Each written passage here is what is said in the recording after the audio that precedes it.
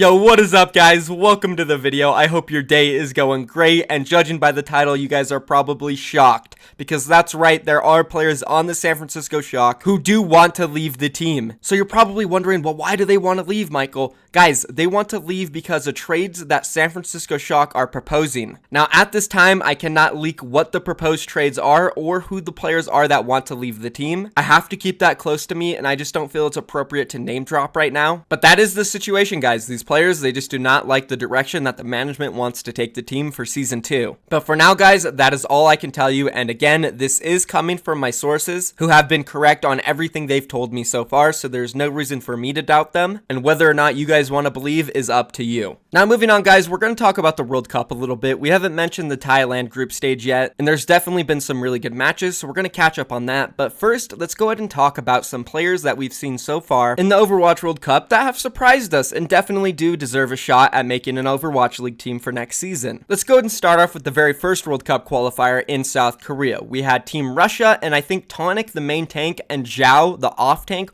were very impressive. And to be honest, I think they definitely had one of the hardest groups. Going up against Team Finland and South Korea, it was almost nearly impossible for them to come out of the group, and of course they didn't, but Tonic and Zhao definitely proved themselves against that top tier competition. And they even had a nail-biting match against Finland that they almost won. And speaking of Team Finland, let's go ahead and move on and talk a little bit about Davin, who isn't in the Overwatch League, and he actually didn't play any matches for them at that qualifier, but he is on the roster. He is their substitute DPS player, and just based off his performances in the Overwatch contender scene in Europe, he definitely deserves a look for Overwatch League as well. Now, we did have some decent players here and there on Taiwan and Hong Kong, but nothing I would say that would definitely be an Overwatch League trial worthy player. Now, moving on to the Los Angeles Qualifier. This one was fun. There was a lot of exciting players who could definitely make Overwatch League next season. Starting off with Team Canada, we have Crimzo. He was probably one of the biggest standout players for me. Personally, I played with him on Team Kangana before, so I know how good he is. I definitely believe he will make Season 2. Now, moving on to Team Brazil.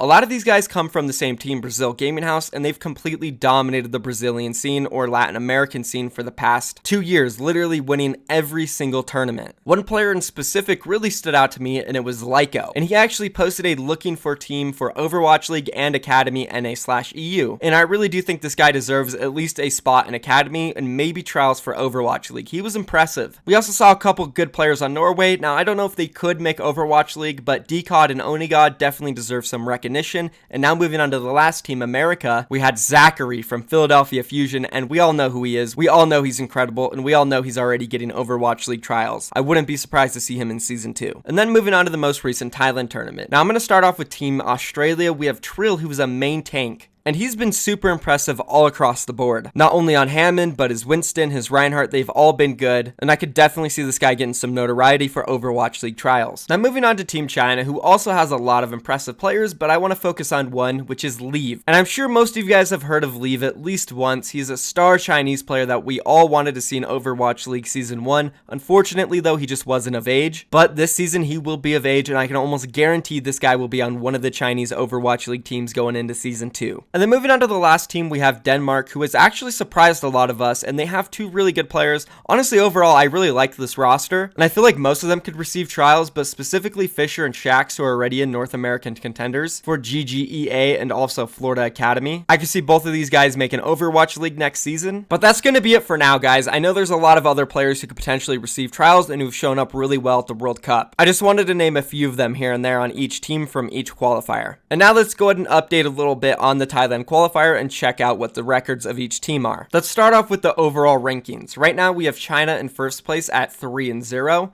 Australia in second place at 3-1, Denmark at 3-1, then Sweden far behind at 1-2, Thailand and Spain both winless at 0-3. So the big surprise of this tournament is Denmark's great performance and Sweden's underperformance. Now, I predicted that China and Australia would be on top and that we wouldn't see such a good performance from Sweden. And it seems like that's what's happened so far. Denmark did come out with a huge surprise, getting a win off of Australia yesterday, now putting Australia in jeopardy going up against China tonight. So this is going to be the biggest match for Australia. If they do lose to China, then Denmark will move above them. If if they beat Sweden today, which they probably will. China's looking really good at 3-0. They have a match against Spain, which will put them at 4-0, and then if they can pick up that win against Australia, they'll be 5-0. If they lose it, there still is a really good shot they'll move on. That's pretty much the update, guys. You should definitely check out China versus Australia tonight. It's going to be insane. And if Australia does win, we could potentially see some really crazy tiebreaker scenarios between the three teams because they'll be all sitting at 4-1. But that's going to be it, guys. If you enjoyed this short, simple styled video, once again, go check out my Patreon. Help support me, help support the channel and being a better viewing experience. There's some really awesome perks and rewards that you can get from becoming a Patreon supporter. Also, if you enjoy my content and you can't support me on Patreon, all you have to do is click that red subscription box. It's super easy. Big shout out to everybody who has supported me on Patreon. You guys are absolutely killing it. And that's going to be it for me, guys. I'll see you later tonight or tomorrow. Peace.